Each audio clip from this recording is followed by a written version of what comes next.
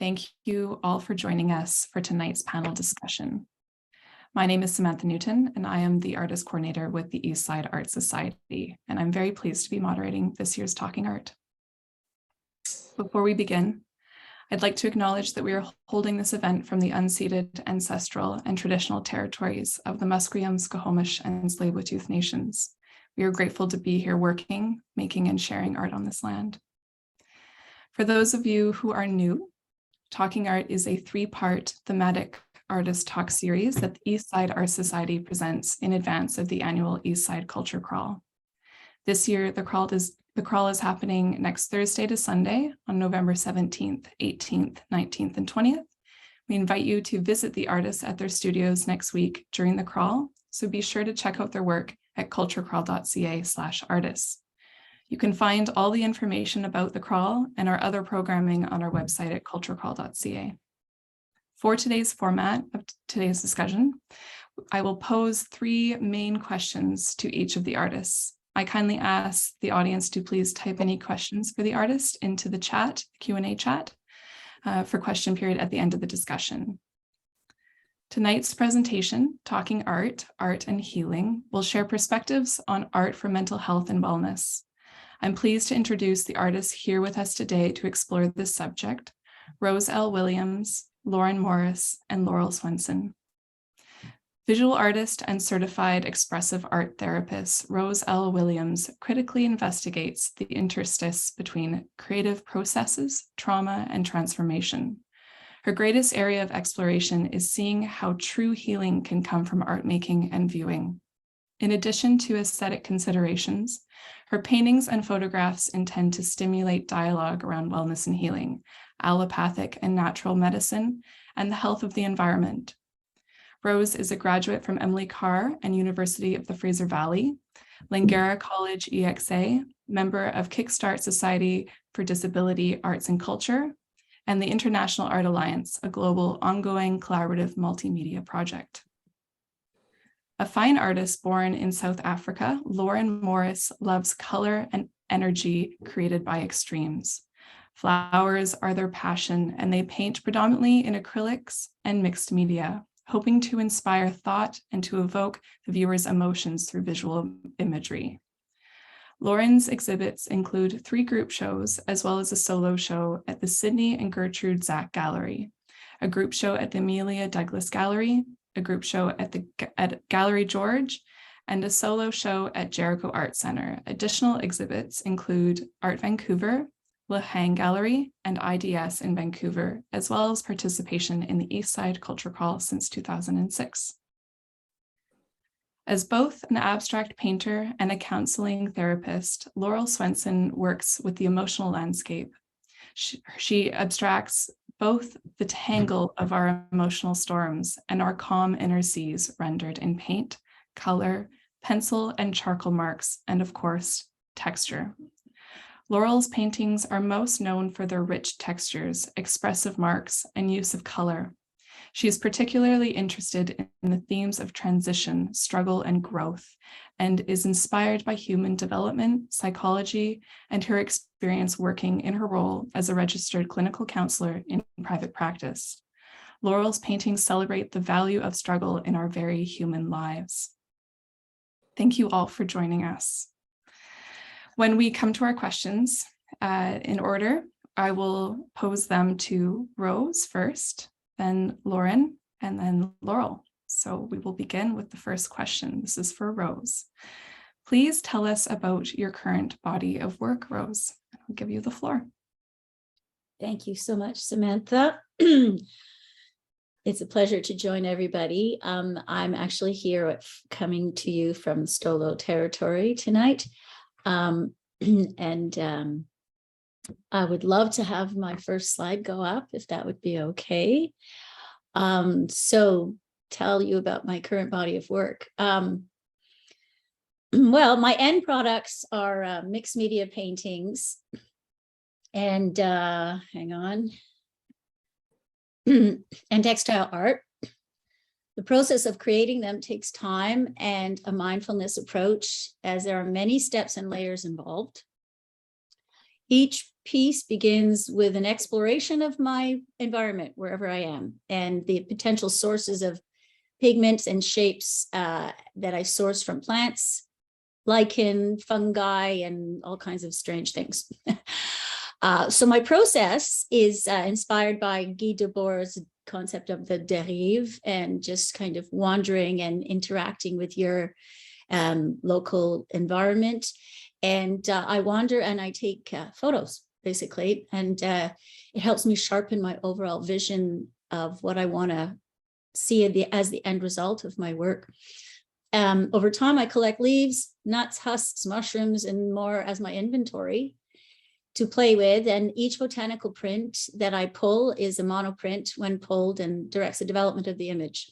So if I could have my, if you just look at this image, there's a little hummingbird as one of the photos. So if I could have my next slide, please. Yeah, I pull a botanical print, which is some people call it eco printing.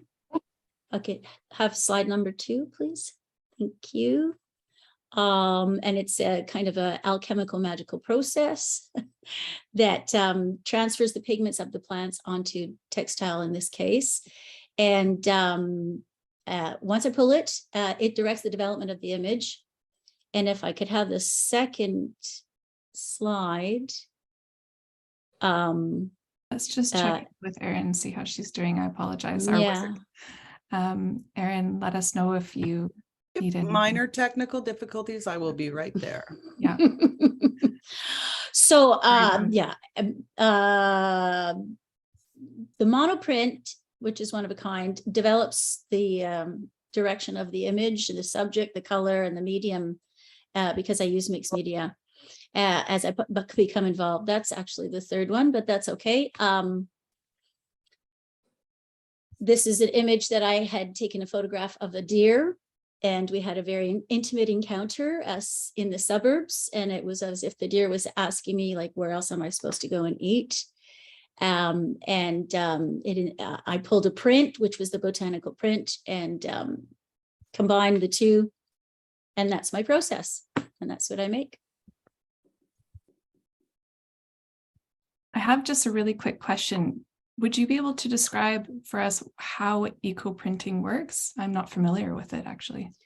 Yeah, you can use paper or you can use textiles you treat them with certain chemistry, usually metal salts, and it's a very long process, but it's fun. And then you take your leaves and you lay them on the fabric or the paper.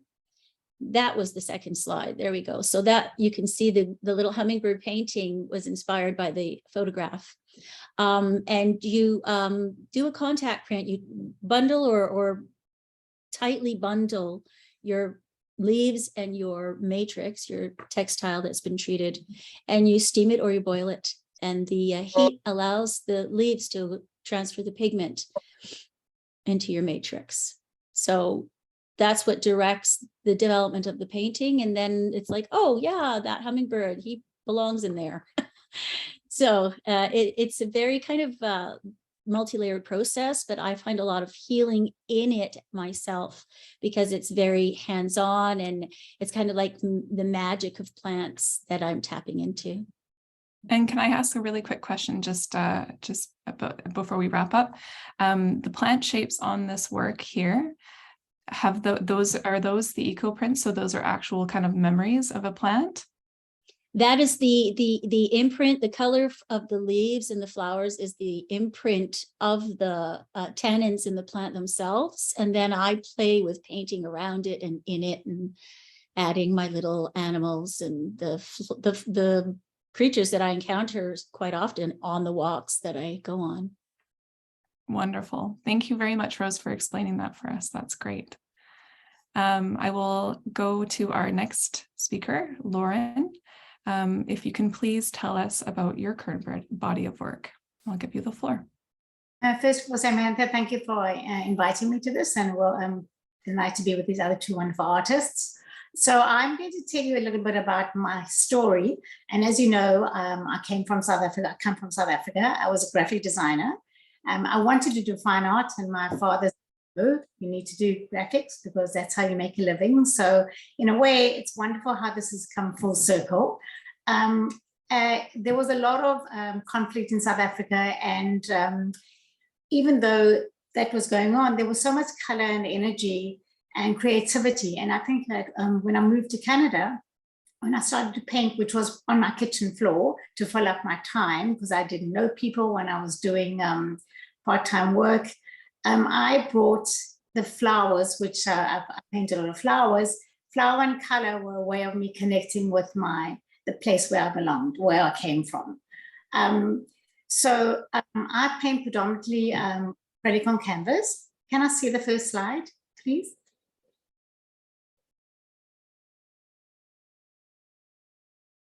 So as you can see, I paint acrylic on canvas, and I use lots of layering.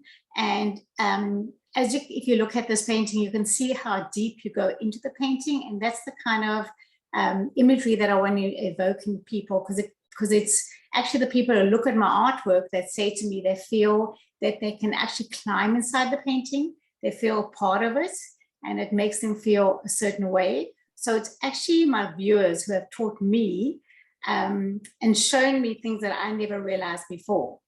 So what I do is I often use paint directly onto my canvas, and I use 2 different colors and I'll mix them together. And so I just allow things to evolve, and I either paint from still life or from photographs that I've taken. Usually what I do is that I like to try and get an emotional response from people instead of focusing on the actual subject matter, but what they feel. And as I said before, people come to me and they'll say to me, well, it's not that I like the painting, it's the way that it makes me feel. So it's the process of the layering and the process of I like to use very big brush strokes in order to get a 2-dimensional look, so that the painting is not flat, and I feel like it's a symphony of flowers. And also there's so many different elements going on within the painting that the viewer can never really get. I don't really want to use the word bored, but there's always something that they can see at different times of the day, or at different days that they look at the painting. And so it always gives someone food for thought, because different parts of the painting evoke different emotions. Is there another slide that I can look at? So this one's a little bit more subdued for me, but I find when I look at this painting, I feel a lot calmer than the one before. So, it all depends on what kind of emotion I'm also going through. And it's also about I feel the struggle that I've been through, and that comes out at the end. I usually start off using much darker colors, which I think to myself is mainly, could be that sort of the darkness within me, and then bring out the lights at the end with a sense of, I feel a sense then of like accomplishment, and and hope that I get people to feel something instead of, as I said, just looking at a picture. So that's my process. Layering and continual layering and creating some form of depth where people can actually, as I said, they say they'd like to enter the painting and feel immersed in the painting. Thank you for sharing, Lauren. I just have a responding question from that. I'm curious about when you consult, I guess, your community or your trusted peers in kind of learning what they experience from your work. How does that influence influence you while you're also processing? I guess you talked about the dark and light in your paintings. How heavily do you consider the viewer's emotions? I don't really, it's more kind of a subconscious thing that happens. I don't think about it literally, it happened, but somehow it's resonating with the viewer, because they're the ones that are coming to me and telling me. I'm not doing it thinking, well, I'm doing this for them. Somehow they're feeling something. And so I'm very grateful for them for actually showing me that, because as I said, it's, you know, it's not something that was planned. It's just basically my subconscious coming through. And the more I do it, the more I'm getting to understand myself. So That's wonderful. That's very interesting. There's that resonance. Thank you. Thank you so much for sharing. And then so this, we'll ask the next question to Laurel. Laurel, please tell us about your current body of work. Okay, thank you. And thank you for inviting me to participate in this panel. So one of the things that's significant to the way I work is I always work in series. And I work in series in two different ways. One is either I work in a series where I work on a set of paintings at one time, so in a certain time frame. And then the other way is I work on a series where I add to it over time. So I might do 1 or 2 per year. And in the first kind of way of making a series, there might be 6 or 7 paintings that are all kind of medium-sized paintings. And the second one, they're usually really large. And so I'm going to be showing some from 2 different series today. So maybe we could bring up the first slide.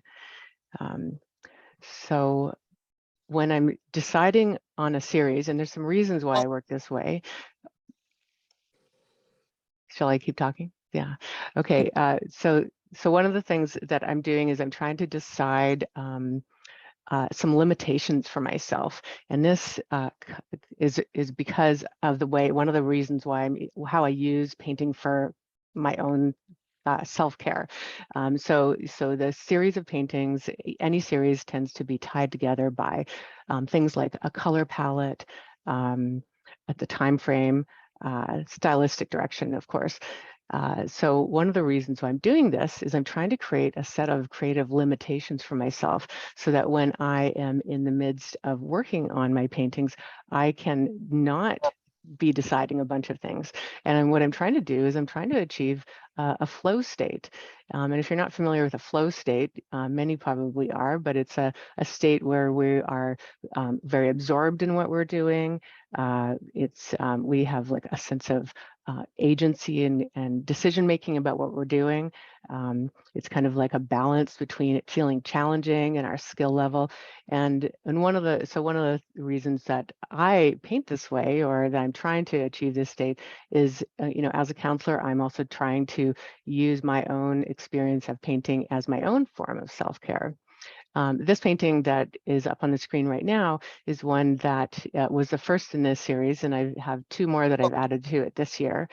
And this one came out, I was painting it in at the height of the pandemic. So it was a very challenging time in the world. And I was really trying to paint something that was very, had a lot of lightheartedness, but also had reflected some of the challenges and struggle that was going on at the time. So you can see this interplay between these big dark shapes and these very bright light colors. Maybe we can go to the next slide. This is the same painting at the Crawl last year. So let's skip to the next one. We don't need to see it again.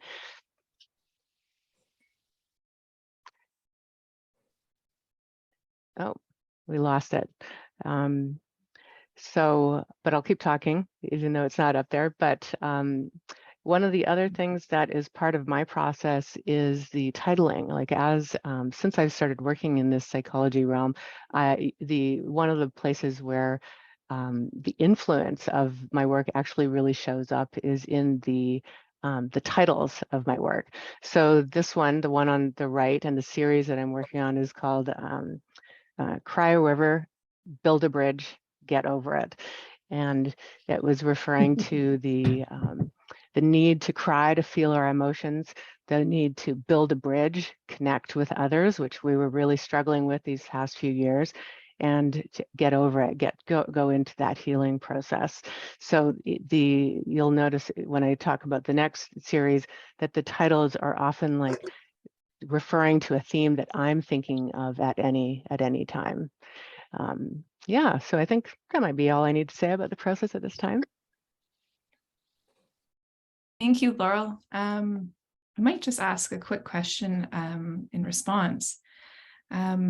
I love that you were touching upon the subject of a flow state. That was something we spoke about in our talk yesterday, looking at inspiration and embodiment of that, and how it can feel, or how it occurs within the body. So I'm just curious.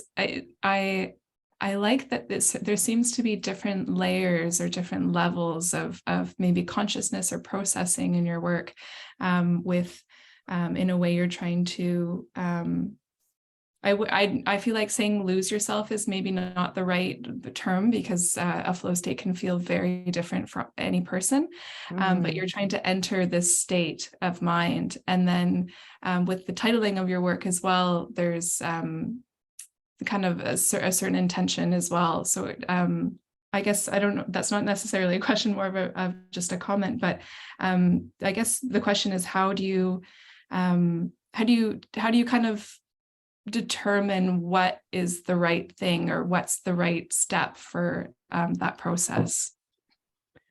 Well, I love that you were speaking about embodiment, because I think that speaks very clearly to what I am trying to do when I'm there, which is like trying to be very present with it. And I often think of the process of painting, creating a painting as it mirrors a therapeutic process, which is, it requires a lot of presence and a lot of looking inward, but also taking action. It requires being able to sometimes be bold, but also be vulnerable. So I think that presence is what I'm aiming for when I'm there. And in some ways, by making some creative decisions ahead of time, creative limitations, it allows me to be more present. Wonderful. Thank you very much for expanding on that. That's great. We will turn back to Rose for our second question, and it's a bit of a two-part question, so I'll let you explore this after I present this to you. So, how does your art connect to or provide experiences of healing in either its process or in its final product, for yourself or possibly for the viewer as well? And if your work does provide experiences of healing, what initially inspires this connection between your art practice and healing or mental health? And let me know if you want me to repeat any part of that question, and I'll let you speak. Thank you. It's a double whammy question. Well, to sort of reflect on what Laurel was saying about the element of like the limitations, and that how that kind of can help bump you into that space, the flow. And I guess that's what I'm doing when I'm starting off with my monoprint, which has already kind of imposed a bunch of limitations on me. And I also use repurposed and recycled materials. So the materials themselves impose sizes, and in terms of like repurposed fabric, it imposes its own chemistry on me. So I just have to kind of go with the flow, literally, in terms of chemistry. So I appreciate what Laurel was saying, because I kind of use the same approach in a sense. Okay, so how does it connect to? I actually connect to the very chemical essence of nature when I'm exploring with my camera, and then decocting and boiling and simmering and tapping into ancient techniques of extracting healing medicine from some of the plants. I mean, literally, like that's how it all started for me, was looking for healing through herbal medicine. That was a tradition that my grandmother taught me. And so it helps me forge a deeper connection to the plants and their seasonality, working intimately with the plants and learning their pigment chemistry secrets and magic. And for me, that's healing, in the sense that I'm getting this interplay with nature that's always kind of unpredictable and fascinating, and it keeps me from thinking too much about whatever's going on, perseverating, or I have like a physical disability, and I suffer from endometriosis quite severely. I was misdiagnosed for 30 years. I had 19 surgeries. There was a lot of like stuff that I maybe didn't want to focus on so much. So it's a way I kind of tap into that flow And the unpredictable component of the dyes shifting and changing with pH and chemistry, it keeps me alert and experimenting and intrigued and always learning something new and exciting. And that's healing in itself, I think, personally. And then the wildlife that I'm depicting, it brings that sense of awe and delight that inspires and celebrates humanity's longing to connect with nature. And my collectors often tell me, my viewers tell me that the piece brings a piece of nature or somewhere that they kind of connected to when they were outside. And it helps kind of them connect and stop for a moment when it's hanging on the wall in their own home, because it's kind of just has that little fraction of that sense of natural wonder, I think. And that's kind of how it combines together. And you have a double whammy question. So I would love my slide up, number 4, I think it is. So this is kind of a little compilation of what I do. I wander around, I take pictures, and I connect with the trees, and my knowledge of botany has expanded immensely, and I find that fascinating. And my brother had a pool just so happened under the walnut tree, and they forgot it, and it rained, and I showed up and went, oh my gosh, you made walnut husk dye for me. Thank you very much.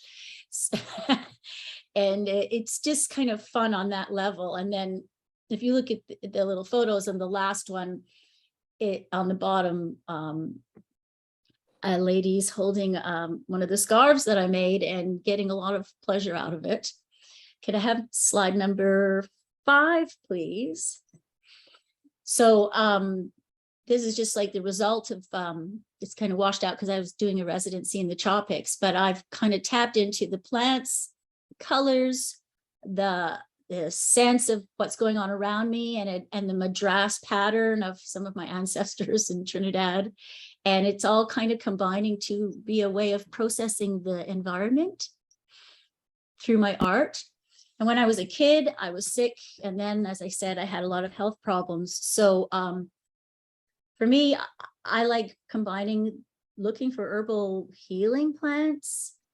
The plant on this piece, the main plant, is called bois cano, and the elders, the indigenous elders, would burn the dried leaves to smudge, and turns out it's insecticidal. And then other people would use it to draw and help you with your bronchitis and your cough. And I found it so beautiful, and it printed like a dream too. So it just feels like I don't know, a way of immersing myself in nature and in the healing qualities of plants. Thank you very much for sharing that, Rose. That's wonderful. Yeah, thank you. All right. And I will turn to Lauren, and I will pose the same question. So I'll repeat that for you. How does your art connect to or provide experiences of healing in either its process or in its final product for yourself, or possibly for the viewer as well? And if your work does provide experiences of healing, what initially inspired this connection between your art practice and healing or mental health? I'll let you have the floor. Thanks, Lauren. So I'm going to tell another little story. So I actually, at the age of 10, I lost my mother. She was 35 years old. And it was a time when nobody spoke. So everything got shut off. There was nobody spoke about it at all. So my ability to communicate was very difficult. So when I immigrated to Canada and I started to paint, I realized that I could actually, it was a way to express my feelings without words. And so I feel that it may force me to face up to certain uncomfortable feelings, and it made me introspect. And I think that by doing this, what's happened is it's actually shown in my paintings. That's why people say to me they feel a certain way, because it's my own personal emotions that are coming out. I feel that also, I've learned through my painting, my art, that it's not actually how hard you fall, it's how you bring yourself up. We all have times when we struggle. And I think that through my art also, I've learned that it's okay. There's no such thing as a mistake, because whatever I put down onto that canvas, is a part of me expressing something. And, you know, I do a little bit of teaching, and that's one of the things I always say. It's the only thing that stands in the way of someone doing something is fear. And if you can face up to that fear, you know, realize that part of that fear is what's going to actually fulfill you in the end. That's what I kind of try and instill in my work. So through my pieces, the healing that I've found is that I've been able to introspect. I've been able to make myself more vulnerable. And I've also, paintings allowed me to actually be much more present for the people around me and for my family, and therefore much more present for myself. And therefore I can give more to my community and to my family. So in that way, it's been a big help for me. And I hope that it's other people can learn from that, because I also feel that sharing your emotions, sharing your experiences, help people to realize that they're not on their own, that we're all together in this, you know. So can I put a slide up?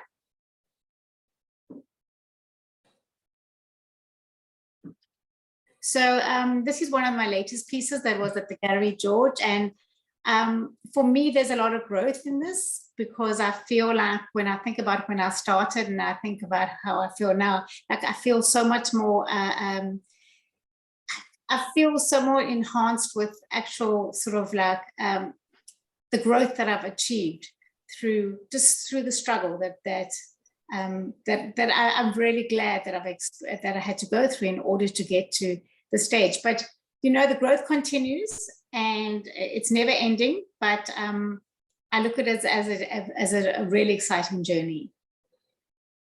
Yes, can I have one more slide?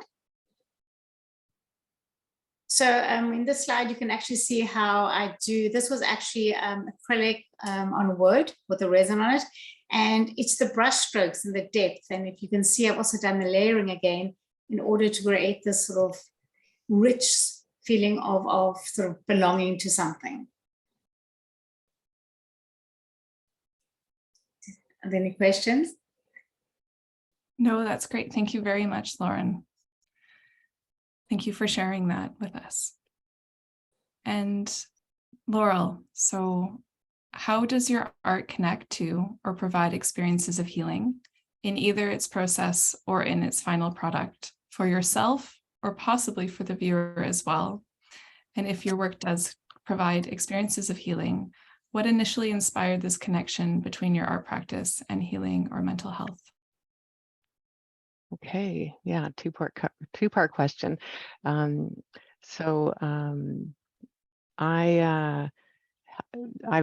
always been an artist, but at some point I kind of lost touch with it for a while, and then at some point I found myself in quite a long period of depression. So I struggled with depression on and off for about 12 years.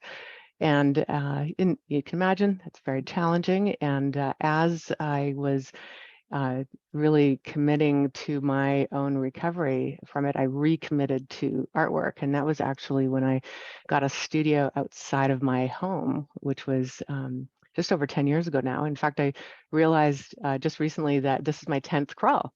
So I've been doing it for 10 years. So that was a beginning of like kind of a recommitting to my art practice as a way to stay connected to something that was about being authentic, being my authentic self, and you know, self-expression as well. And there's a lot of research about the health benefits of doing creative work. So for me, it was definitely healing for me, and continues to be. It continues to be one of the ways that I, you know, regulate myself and reconnect with myself. But in terms of if it provides a healing experience with the viewer, so that is one of the things that, one of my goals for painting. One of the goals is for my own self-care, but the other is to be able to connect with the viewer. And that's something I think I actually learned through my experience of being at the crawl, is having so many people coming through and attending, people who are art lovers. And, you know, some people are drawn to my work, some people are not, but those experiences of being able to interact with people who come and stand in front of a painting and feel something. And that is one of the goals I have with my work, is like I want to feel something with somebody else, that withness. And so one of my goals is to create work that moves people and where they can read meaning into it. And it's one of the reasons I left doing representational work and went towards doing more abstraction, was because it's so open and people bring their own story to it and bring their own whatever is happening at the moment to the painting, and they can actually feel their own meaning and embed it with meaning themselves. So I think that is a healing experience, as well as just the act of looking at a painting. It kind of asks us to slow down. It asks us to contemplate. It asks us to wonder, and especially abstract work, I think all work actually, it asks us to really slow down and consider, and it can be quite a meditative experience. Oh, I didn't show any slides. That's You all right. have more time if you like to. Well, maybe bring one up and I'll just speak to that one. Okay, so this is my my other body of work, and this one is called It Takes Courage to Become Who You Really Are. And this is inspired by a lot of my own clients, and as well as my own community. I'm part of the queer community, LGBTQ plus community. So, and I work with a lot of clients in that community, and I'm just like continuously inspired at the coming out process, whatever coming out is for the individual. And I think that it can be just so incredibly inspiring for everybody to really be facing these big questions of who are we without our societal expectations and without our family expectations and without, you know, all the shoulds in the world. So this is my current body of work that we'll be showing at the crawl. Yeah. Thank you, Laurel. We have just a little bit of time remaining for you. So if you We can would put like up to, the next slide if you yeah, want to, just for sure. keep going.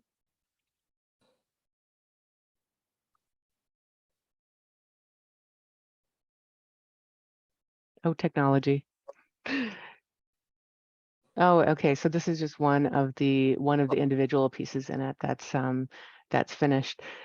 So one of the things that, as I was referring to earlier, I'm working with a limited color palette. In this case, it's like almost the rainbow. Plus grays and whites. So you can see one of the things that I'm always incorporating into my work is presence of the hand. So there's often lots of like marks, things that tell you this has been made by a human hand. Yeah, so these will be showing when you during the crawl, if anybody wants to come by. It's great to see a detail of the work as well. Thank you for Yes, sharing that with us. some of the texture.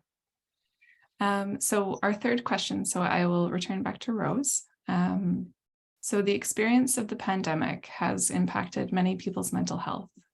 During this time of increased need for mental health resources and support, what are some ways people can utilize art to support their well-being? And I'll let you share your perspectives on that, Rose. Thank you, Samantha. Maybe I could have my slides come up. I'm not sure where we are at right now with them. Okay, perfect. Yeah, creative activity for me, photography. I combine it with going for a walk. For me, going for a walk as well is because I have mobility challenges. It's a form of like physiotherapy and rehab and something that I really want to hold on to. So I make it a regular part of my practice. And so getting out in nature, going for a walk. Slide, next slide, please. Yeah, I get right in there, like I'm climbing right into the garden here. And it's a way of immersing yourself, not just in nature, but in looking through the camera lens. I shift my creative focus. So for me, that I find that very healing. And then, you know, I share my photographs freely with everybody in the world. And a lot of people get a lot of appreciation and a sense of the same feeling from the photos. Also, during the pandemic, I reached out and I connected with some other artists serendipitously, and we started a collaborative global project together. And we're painting on the same painting and sending it around the world to each other. And it's basically an exploration of where do we put our ego as artists, and how do we connect with each other on a different level and collaborate. And we have all found it very healing. It's called the International Art Alliance. And we broadcast every Thursday live, and we dig deep into like what we've been doing and the nitty gritty of being working artists. And we've all been finding it helps not just ourselves, but the people watching, because we open ourselves up to the process. And the process of using your imagination is where healing occurs. I mean, as an expressive arts therapist, can I have my last slide? I think I have one last slide. So this is like one of the final products where I've combined, my walking, my photography, collecting the leaves. All the leaves on this are printed.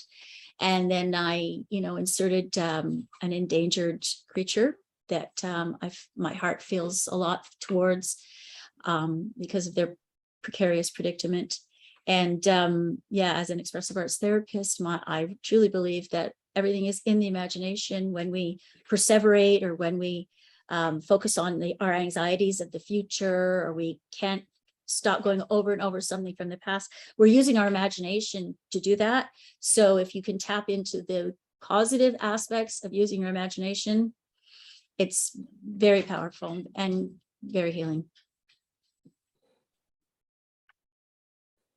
Thank you, Rose. I have just a quick responding question, just for those who are not familiar with expressive arts therapy. Can you provide some insight what that is, and if someone in the public is interested in different healing modalities, what that kind of experience would be like for them? Yeah, I often say it's when it works, it's how you feel often after like a really impactful play, when a whole bunch of people just leave the play and they start talking to each other and engaging in the lobby because it was just so moving, and it caused some kind of shift in everybody, and they're talking to strangers. And that's what can happen if you do expressive arts therapy correctly, where you're just accompany the client or the person you're working with as their kind of guide in the creative process. It's not at all about analysis like art therapy can be. It's what the person brings to it for themselves and their own symbology. And because I'm a multi-mixed media artist, I can bring a lot to the table, and I can, photography, animation, the gamut, music, dance. I came from drama to begin with. So I just bring the kind of modality connection, and then I help the person tap into the creative flow that Laurel was talking about, and that Lauren has been talking about, that helped her shift her perspective. That's what I do with expressive arts therapy. Wonderful. Thank you very much for expanding on that. That's great. And so Lauren, we will turn to you. So again, I'll just repeat the question. The experience of the pandemic has impacted many people's mental health. During this time of increased need for mental health resources and support, what are some ways people can utilize art to support their well-being? Okay, so as you all know, the pandemic was really isolating for a lot of people. And for a while, I actually taught many classes through Art Vancouver and through Open. And it was very interesting to see how it was extremely successful, because what it did is it brought people together in a time when they felt so alienated from everyone else, right? And so I think that now that the pandemic's, well, not over, but that people are able to get out there, I would really still say, if there's any way that people can go to some form of art class, there could be a community center they go to, can go to, if there's some Zoom classes, and start off small. Like when I taught classes, I would say to people, get the 5 basic primary colors. You don't have to think that you have to start big. Start small, because through the 5 primary colors, that you can get so many different, make so many different kind of colors.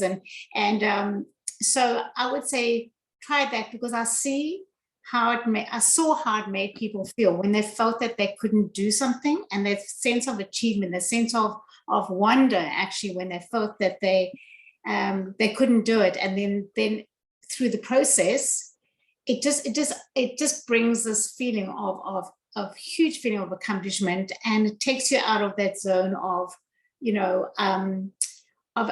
it's kind of sort of isolation. You feel part of a group, you're sharing something. So I would say, if there's any way that if people want to reach out to feel more connected and they're still feeling isolated, it's through art and through some form of art.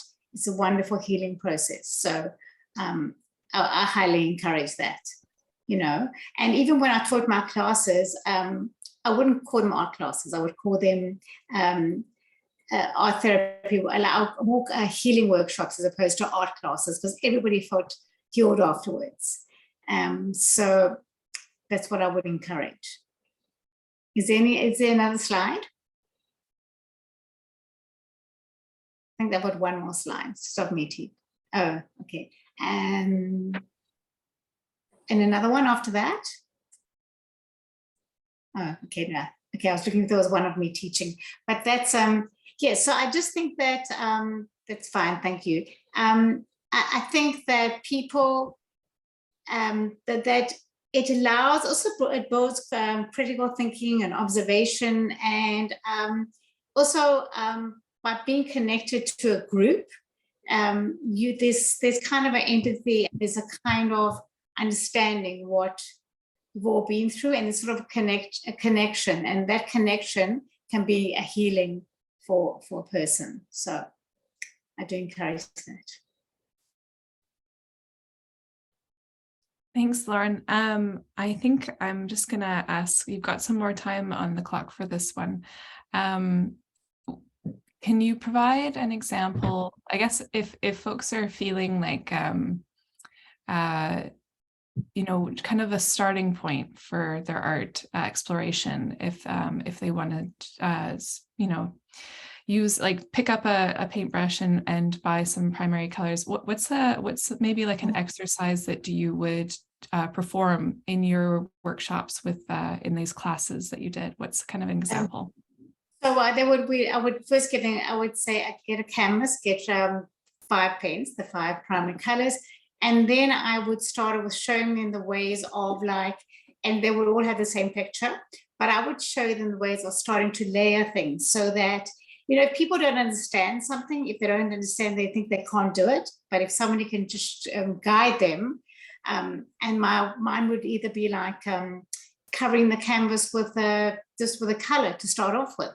Then your canvas is covered. Then it's not, and some of them didn't even know that. And then the process of actually putting down the shapes, and then putting the first layer down and the second layer, and how you can actually change if something's too big and you want to make it smaller. You can change that by making the background, fitting in the background. So there was a whole process of them. And at the end, when they finished it, they understood how to move forward with their next painting, because it's kind of, there were certain steps, and it even that, just, knowledge is power. And they really felt that, learning something new that they could take into their next works, and the next time they do something, really did give them a sense of, like, performance. So thank you for expanding on that. I did like how in our first talk of this series, one of the artists referenced their exploration into technology and kind of digital practices, and how that was a facilitator for their connection for community during lockdown. But it's also a wonderful connection for folks that aren't able to go out into group settings or have, say, immunocompromised or any limitations there. So I liked that there's a bit of a mirror between those two talks. So, and also one more. I'm sorry. And so also, it's also team building. I did a class for 50 people on Zoom. Office, and that was team building. So that brought them all together. All right. So it is something one can do through Zoom if you don't feel like getting out or you're immunocompromised. And there are lots of resources out there for you to do classes. Wonderful. Thank you, Lauren. And Laurel, so the experiences of the pandemic has impacted many people's mental health. During this time of increased need for mental health resources and support, what are some ways people can utilize art to support their well-being? I love this question because I think that art is so rich as something that adds to our lives. And I think we kind of forget that, as we all get kids to do it, we know that it's good for kids, that sense of play, that sense of expressiveness. And sometimes many adults forget that.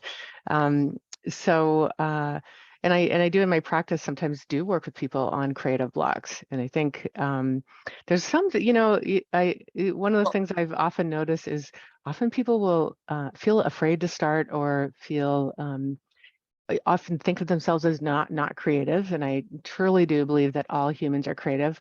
Creativity is kind of unique. Well, it's not unique to human beings, but we're one of the few species that do creative work, like literally do creative work. So I think one of the things that I often encourage as an exercise. I love that you asked Lauren for an actual exercise. And one of the things that I often encourage people to do who are really feeling a creative block is do something super unprecious, like literally get a pad of Post-it notes and do a doodle a day, like something to kind of just keep get things going in an unprecious way. Because sometimes that preciousness of having a full a new canvas and new paints can actually be intimidating for some people. So that's some in some ways finding ways to enter back into for the first time some kind of creative act on a daily basis in a really unprecious way can help unlock that. There's a lot of research behind the role of writing that can be really supportive therapeutically. So I often encourage people to journal about emotions they've had that day, what their challenge of the day has been. So just being able to use something like writing, something like drawing as a way to start to look inward, even acknowledge your own experiences. And then we kind of touched on it earlier. I think the act of looking at artwork and just having artwork in your home that you can look at. One of the things I really love about artwork in general, this is my relationship with artwork as well, not just my own, but other people's, is having artwork around me that I want to keep on looking at.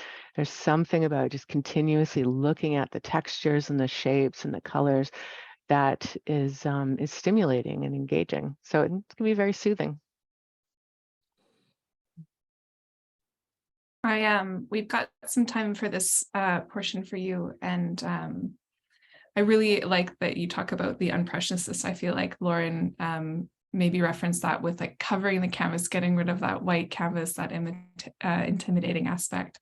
But Laurel, when, say, for example, for someone maybe sharing a similar experience that you spoke about with you recommitting back to your art practice, what were some of your like initial things that you started with that got you into that, the routine, but also, started jumpstarting the inspiration? What are some things that you did that worked for you? Mm-hmm. Well, I think probably the main one is just showing up, just like getting yourself to the space. And maybe we can put up the first or one of the slides now. I think one of them shows my studio space. It didn't look like this when I first got it, but just being able to get to whatever space you have, and we don't need a studio space like I now have after many years of being there. I used to do my painting in a basement. Lauren mentioned doing it at the kitchen table, and just like kind of getting yourself to the space and just being like, okay, I'm here. That is half the battle, is just getting there. Because once you're there, then it's easier to start and to just be like, oh, okay, my curiosity can be stoked just by showing up. So that's one of the things. And I think being able to do a daily practice of some kind, even if it's like 10 minutes, doesn't even matter how long it is, that creative act, just like, we often hear about meditation practices, you can do it in 10 minutes. I think creative practices also we can do it in really short periods of time where we can just be there, checking in with ourselves and kind of playing, showing up and just playing with materials. Thank you very much. Thanks for sharing that. Well, that concludes our question period. Thank you all for joining us this evening. And thank you, Rose, Lauren, and Laurel for sharing your work and your perspectives on this subject. I just want to say I really appreciate you sharing your personal experiences. And I, a lot of these things that you were talking about take vulnerability. And I do appreciate that you've come to this space and shared that with us and the audiences that will watch. So I think it's encouraging for anyone who is experiencing any challenges and is looking for things to improve their experiences. And I really appreciate you talking about the steps that folks can take to explore art and also just how art has inspired you and just brought great things to your life. So thank you very much for giving us that opportunity. You audiences can come see all three of these artists at the Culture Call. You can come get an up close look at all of this artwork that we have seen on these slides. The crawl again is happening on November 17th to 20th. So be sure to check out culturecrawl.ca/artists to find Rose, Laurel, and Lauren, and you can find out where their studios are located to come visit them. So this closes our Talking Art series this year. We hope folks will come out and join us tomorrow evening. We will all be up and about in person for the opening receptions of the Crawl preview exhibit Next. Next is a multi-venue salon-style curated exhibition at the Culch, Fire Hall Art Center, Alternative Creations Gallery, Pendulum Gallery, and new this year, Strange Fellows Gallery. And the opening receptions are happening between 6 p.m. and 8 p.m. And for more details, people can visit culturecrawl.ca/events to learn more. So again, thank you everyone for being here. I appreciate all the time you've given us this evening, and we hope you have a wonderful night. Thank you all to the speakers, and thank you everyone for the slides. Thank you, Samantha. Thank you. Thank you. Samantha. Thank you both, Lauren and Laurel. Thank It's you. wonderful. Yeah, take care. Take care, Bye, everyone. Thank Happy you. crawl. And you too. Bye. Bye.